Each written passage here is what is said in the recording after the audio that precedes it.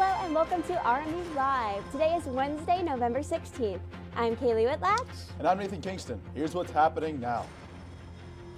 Ukrainian President Volodymyr Zelensky presented a proposal for a peace at the G20 summit today, offering a pathway to enduring the Russian invasion. His proposal came as Russia launched new rounds of missile strikes across the country, primarily targeting energy infrastructure. Meanwhile, parts of Ukraine are celebrating liberation from Russian forces. But the end of the conflict so far remains out of sight. Crisis is in Washington with the latest. As air raid sirens ring across Ukraine, there are reports that 2 missiles or rockets struck Poland near the Ukrainian border, killing at least 2 people. It's unclear from where the projectiles originated, but they landed at roughly the same time as a Russian missile strike on western Ukraine. The incident occurring after Ukrainians were warned to expect more attacks from Russia. Mostly on energy infrastructure. We can see what the enemy wants. They will not succeed. Russian missiles struck about a dozen Ukrainian cities and districts on Tuesday, marking the largest wave of attacks on the country this month following several devastating rounds in October. Senior Ukrainian officials say at least half of the customers in Kyiv have no electricity after Russian strikes forced emergency outages. The attacks come after Ukrainian President Volodymyr Zelensky presented a 10-point peace plan to end Russia's invasion in a video speech to G20 leaders. We will not allow Russia to wait it out, build up its forces, and then start a new series of terror and global destabilization. The steps include a path to nuclear safety, food security, and a special tribunal for alleged Russian war crimes. I am convinced now is the time when the Russian destructive war must and can be stopped. A Kremlin spokesperson says Russia has seen Zelensky's proposal, but doesn't believe the Ukrainian government wants to negotiate in good faith. In Washington, I'm Chris Wynn reporting. The U.S. Food and Drug Administration is warning parents to keep medicines out of reach of young children after a recent study found that more children are overdosing on cough suppressant. The drug benzoate, sold under the brand name Tessalon, has been prescribed more often, and that has led to the uprise in overdose cases. Benzoate is not approved for children under 10 years of age, but young children may be enticed to consume objects that resemble candy, the FDA said. Pediatric prescriptions have increased 62% from 2012 to 2019 due to efforts to reduce inappropriate narcotic prescriptions. Mayor Ed Gainey makes case for a 2023 proposed budget. Mayor Ed Gainey addressed his budget for 2023 with the Pittsburgh City Council on Monday. His budget goals, he said, are to make city services work better and more efficiently for residents. This is the first budget proposal by Mayor Gainey. He said former Mayor Bill Padot's administration did a good job in getting the city books balanced. It's now his team's job to get city services working for the people, he said. A focus on making the city a welcoming, safe, and a place to thrive is a goal of his budget. Pittsburgh City Council will start discussing the budget at its meeting on Wednesday. It has to approve a budget before the end of the year. A massive petrochemical refinery fed by the natural gas reservoir in Beaver County became fully operational Tuesday. The Shell cracker plant was built on the site of a former zinc smelter along the Ohio River 30 miles northwest of Pittsburgh.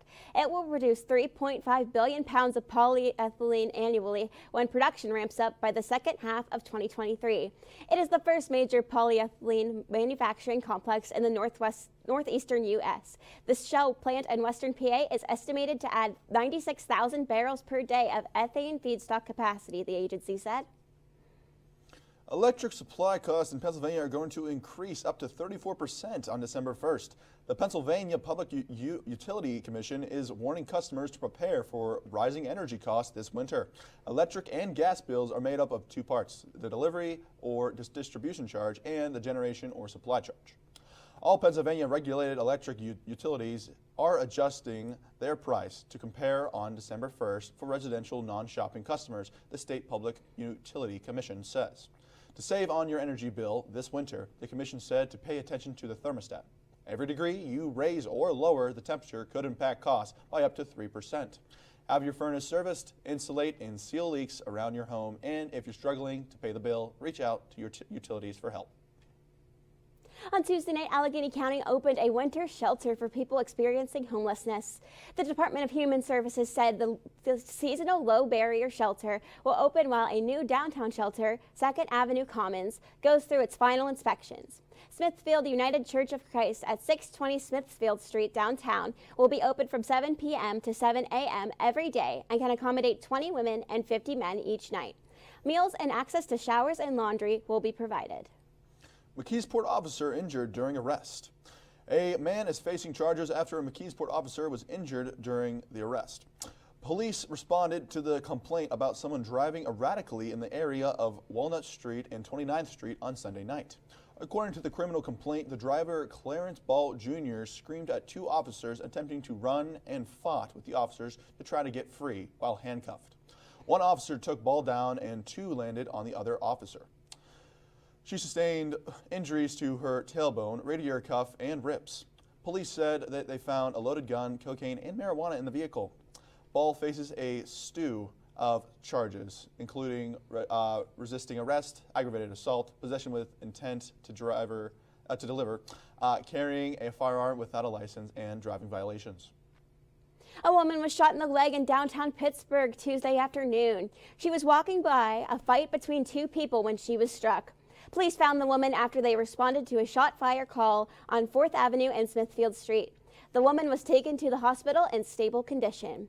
The investigation is ongoing with no word on any arrests or charges.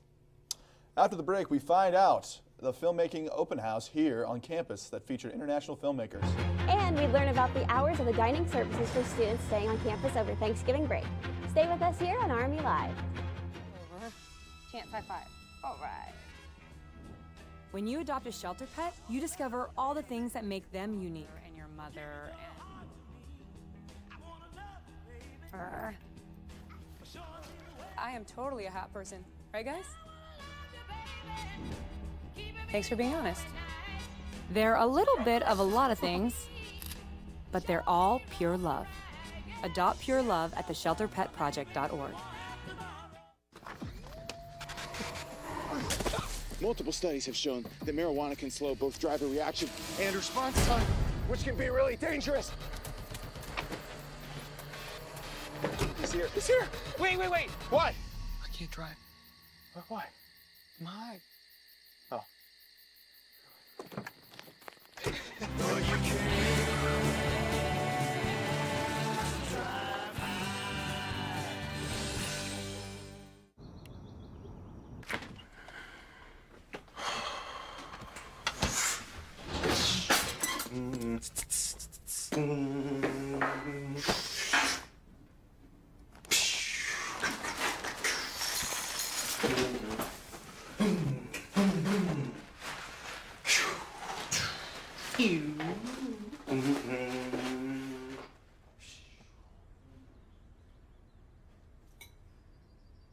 STEM is precise, no margin for error.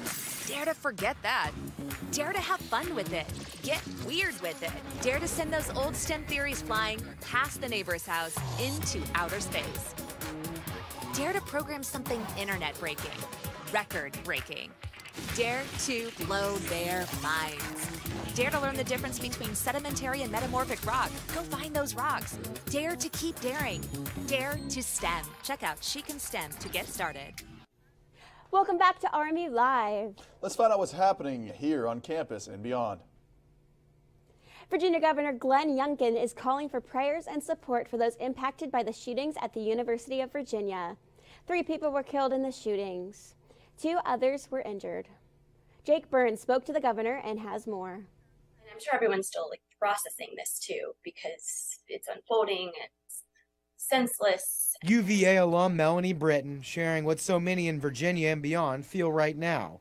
Their days filling with sadness for the 3 Virginia football players murdered on campus Sunday night. You know, my heart goes out to the families, first and foremost, of these players who have, they've lost their children, they've lost their friends. The suspect now in custody, but the entire Virginia campus still reeling from hours of lockdown, uncertainty, and grief over the mass shooting following an off-campus field trip. A horrific series of events, one that shocks us. Governor Glenn Youngkin promising state resources for the investigation and the needs of the greater UVA community. Right now, the job is to pray for and comfort families who have suffered just extraordinary loss, and those that are still recovering, and the many students, I think, who are really going to be devastated by this. While there's still a lot to learn about the surrounding facts, Youngkin says the reaction from law enforcement, university leadership, and the broader campus in the moment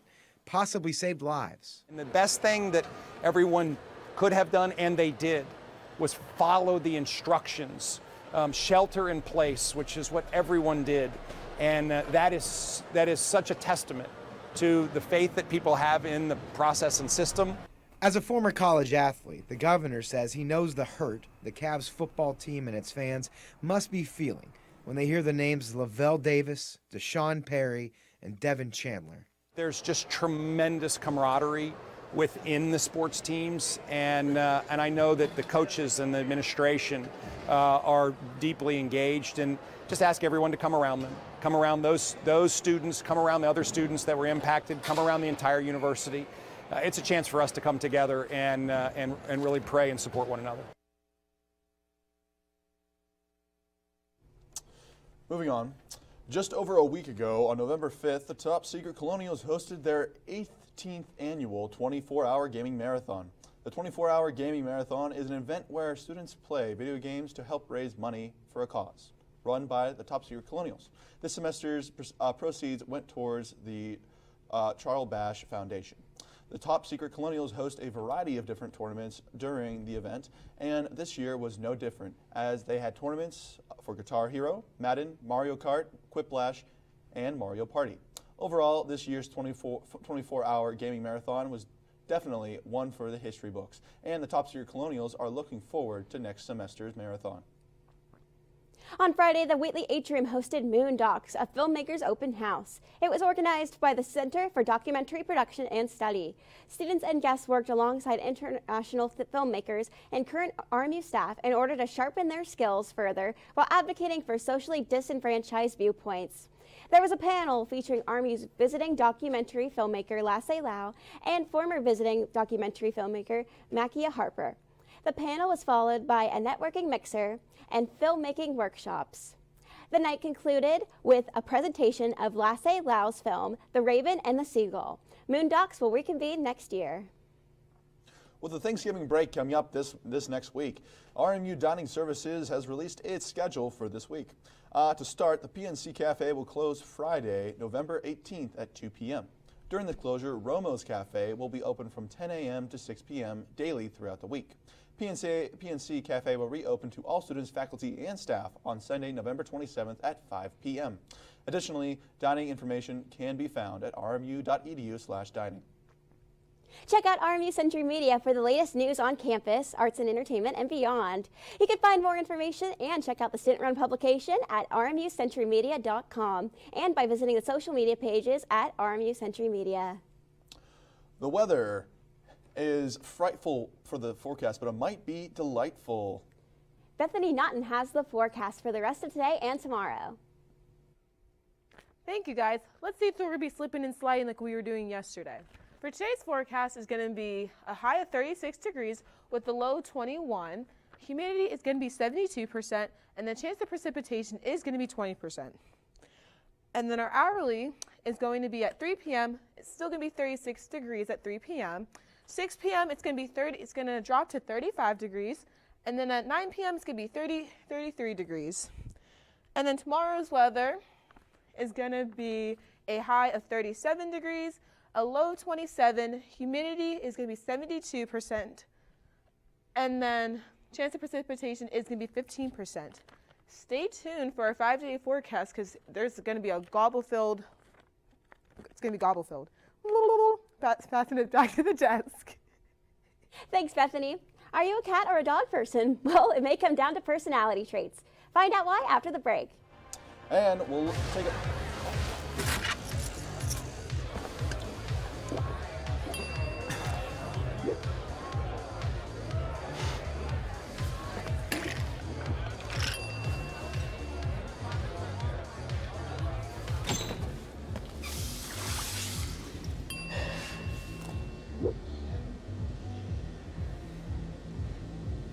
If you need to do something to feel okay to drive, you're not okay to drive. Don't drive buzzed. Maybe you can make retirement happen. After all, you made her college years happen. Opening that education savings account when she was little. Spearheading a campus tour. And another, and another, and another, and another. Bam! Deciphering financial aid. She was like, what? Well, now she's like, you aced planning for college. Now get the tips you need to get on track at aceyourretirement.org. Jason, let's go see your room.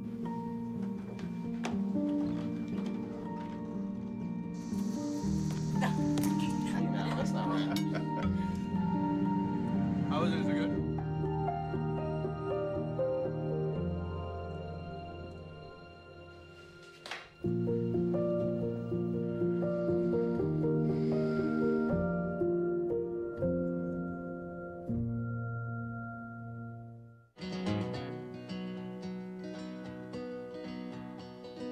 Things could be stranger, but I don't know how. I'm going through changes now. Could spend a lifetime trying to figure it out. I'm going through changes, through all of the strangeness. I'm going through changes now. Welcome back to RMU Live. Let's take a look at what's happening in medicine. Do you prefer dogs or cats? Multiple studies show the stress-relieving benefits of being around animals. But with which animal you're more open to interacting with may depend on your personality traits. That's according to the recent study.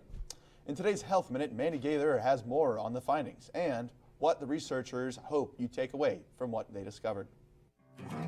Whether it's the wagging tail, soft fur, or unconditional love, in times of stress, a canine can and often does bring comfort.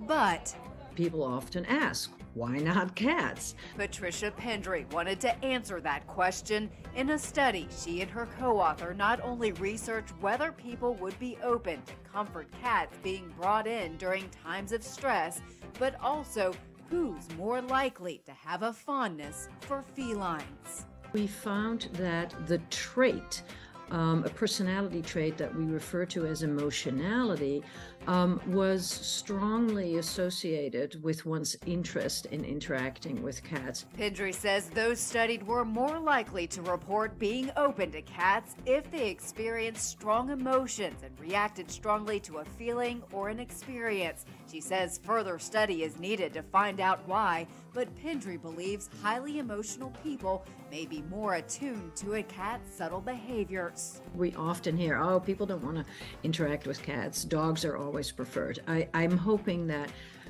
people can recognize that that is definitely not true. And so does that mean cats should be incorporated into comfort animal visitation programs? Pendry says not necessarily. we want to be careful to make sure that we work with animals for whom this is a positive experience rather than bringing stress to the animals. For Health Minute, I'm Mandy Gaither.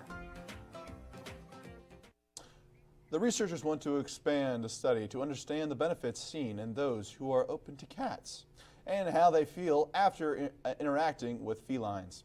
They also want to look into the impact of potential cat comfort program which would have on the animals themselves. A new study suggests children worldwide have been using electronic devices a lot more since the COVID-19 pandemic began. Researchers found between January 2020 to March of this year, kids' average daily screen use increased more than an hour and 20 minutes, from about 160 minutes a day to 245 minutes. Researchers analyzed 46 studies on nearly 30,000 kids in multiple countries. The ages ranged from 3 to 18, with the average age of 9. Ultimately, the researchers said that the increase in screen time may have been temporary for some kids when schools were closed, but in other cases, problematic screen use habits may have been formed. The researchers advised pandemic recovery plans should include how to help children, quote, sit less and play more. And they say it is important to discuss with kids how to balance screen use with other important daily functions, such as sleep and physical activity. Amazon is getting into the healthcare business. Tuesday, the online retailer launched a virtual clinic to treat common health conditions. The company says the service, Amazon Clinic, will focus on affordable care for those who need treatment for conditions such as allergies, acne, and hair loss. The service links customers to licensed and qualified telehealth providers from Amazon's list.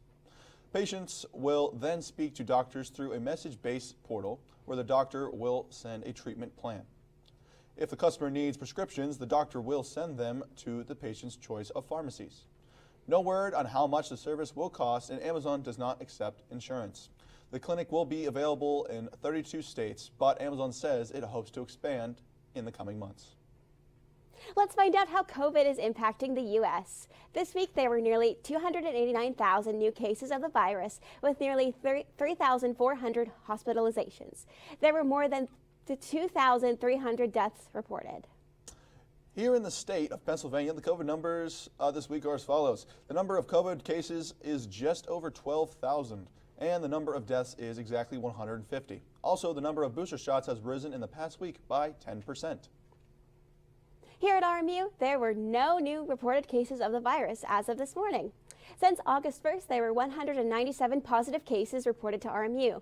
Students are encouraged to get tested if they are showing symptoms of the virus and to not attend classes if they are sick.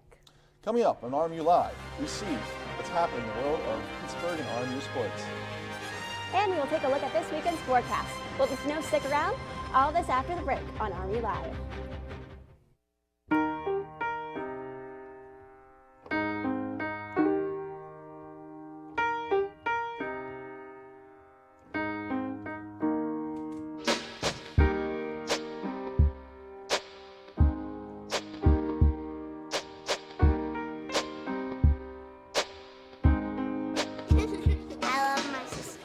Heart doesn't see race. Love is love. What are you doing in there? What's that? I wouldn't do that. What are you doing? What are you looking for?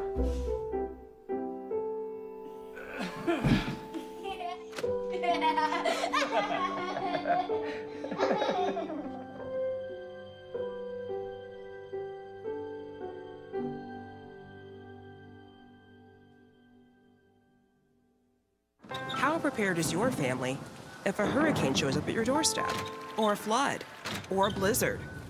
You can't just turn away a natural disaster. That's why it's important to go to ready.gov/plan now. It has the tools and tips you need to make an emergency plan with your family. So if disaster comes knocking, Let's go. You'll be ready to help keep your family safe. It's just a pizza. Yes. Make a plan today.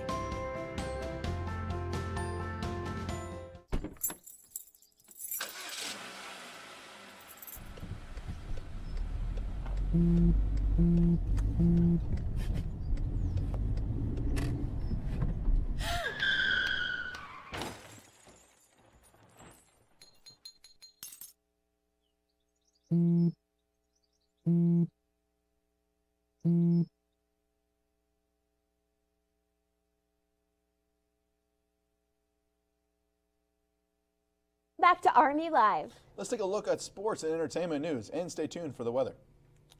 This week has been an interesting week for Pittsburgh and RMU sports, with its fair share of wins and losses. With the Steelers and RMU women's basketball win and some Penguins losses, it was a week that kept fans on their toes. Michael Deemer has more information on how our local teams fared. Thanks, guys. The Steelers came back from their bye week with a matchup at home against the New Orleans Saints. They took an early 10-0 lead in the first quarter, but the Saints stormed back to tie the game at the half. It wasn't until the fourth quarter until Pittsburgh ran away with another 10 unanswered points on their own to win 20-10. Kenny Pickett went 18 for 30 passing and 199 passing yards. Najee Harris had a breakthrough game with a yard shy of 100 yards on the ground, as Deontay Johnson led the way in the receiving department with 63 yards. The Penguins are back in action over the weekend as well, as they traveled north of the border as they faced the Maple Leafs on Friday. 4 different Pens scored en route to a 4-2 win over Toronto. The next night, they played at the Bell Center in Montreal to face the Canadiens. The game went into overtime, tied at 4. Mike Hoffman of the Canadiens scored the game-winning goal for Montreal to win it 5-4. The Pirates made one of the bigger moves of the first big move of the offseason as they traded for Rays designated hitter Ji-Man Choi for minor league pitcher Sam Hartman. RMU traveled to Murray State to avoid going 0-10 on the season. Freshman Zach Tanner started in Kentucky and went 18 for 36 on the day passing. Elijah Jackson had 50 yards on the ground as the Colonials failed to score a touchdown in the 27-9 loss. The team will face Bryant in the last game of the season Saturday at noon at Joe Walton Stadium. The men's basketball team hosted Division II Pitt Greensburg at the UPMC Event Center in their first home game of the season. Junior Enoch Cheats was lights out with 20 points in 28 minutes and out to an 84-49 Colonial victory. Women's basketball hosted George Mason, Waynesburg, and Wheeling last week. Thursday's matchup against the Patriots was a tight game throughout, as the Colonials ended the game on a 7-0 run in the final minute to steal one at home in a 53-52 nail-biter. The Colonials took care of their business against both Division II and Division III trap games as they dominated in both of them.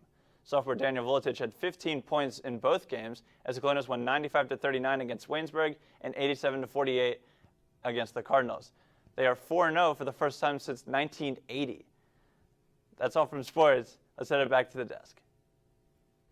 Thanks, Michael. For more information on all the latest sports news at RMU, check out Colonial Sports Network. For photos, coverage, summaries, and more, visit colonialsportsnetwork.com or visit their Instagram at Colonial Sports Network or on Twitter at RMU_CSN. It's Thanksgiving week next week, but the temperatures have us feeling ready for Christmas. Bethany Naughton has the forecast for the start of our Thanksgiving break. Thank you, guys. Just in case you missed today's weather because you went to go get some hot chocolate, it is going to be 36 degrees with a low of 21 degrees. Humidity is going to be 72%, and then chance of precipitation is going to be 20%.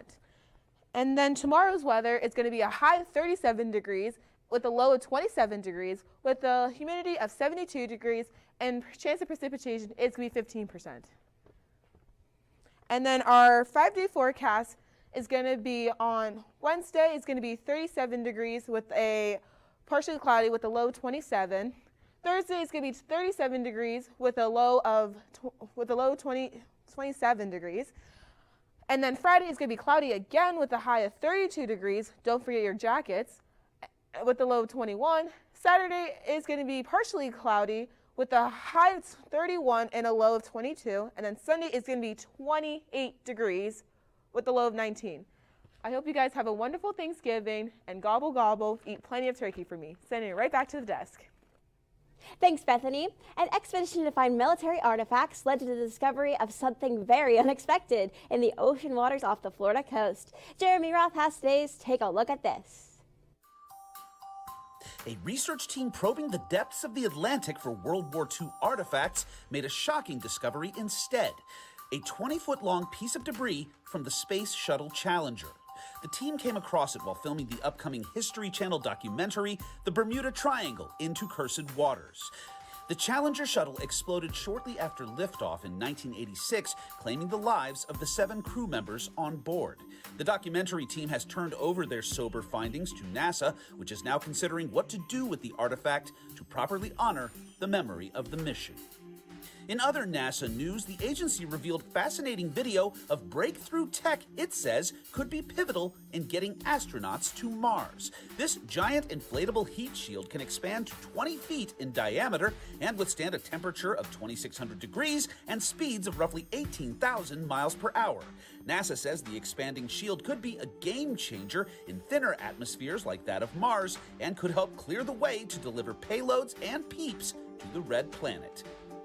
Finally, in non-NASA news, the holidays are upon us. As you can see, this year's Rockefeller tree has been chosen, chopped, and readied for shipping. So what better time to celebrate some vintage toys of holidays past? The National Toy Hall of Fame recently inducted Topps, Lite-Brite, and Masters of the Universe action figures. By the power of Grayskull, I remember those. This year's choices beat out other old-school contenders like Nerf, Spirograph, and Pound Puppies. Ah, memories. For Take a Look at This, I'm Jeremy Roth. Some pretty interesting things to take a look at, huh? Oh, yeah, definitely, especially with the Challenger and all that's happening there. For sure. Anyway, what's your Thanksgiving plans? Thanksgiving, I'm going home. I live about an hour and a half south of here, so I'm going to have dinner with my family. Oh, I will do the same. I'll be going home and having dinner with my family, which I think is going to be really great. Awesome. Now, that's all for us here on RMU Live. I'm Nathan Kingston. And for Michael Damer and Bethany Naughton, I'm Kaylee Whitdash. We'll see you in 2 weeks. Have a happy Thanksgiving.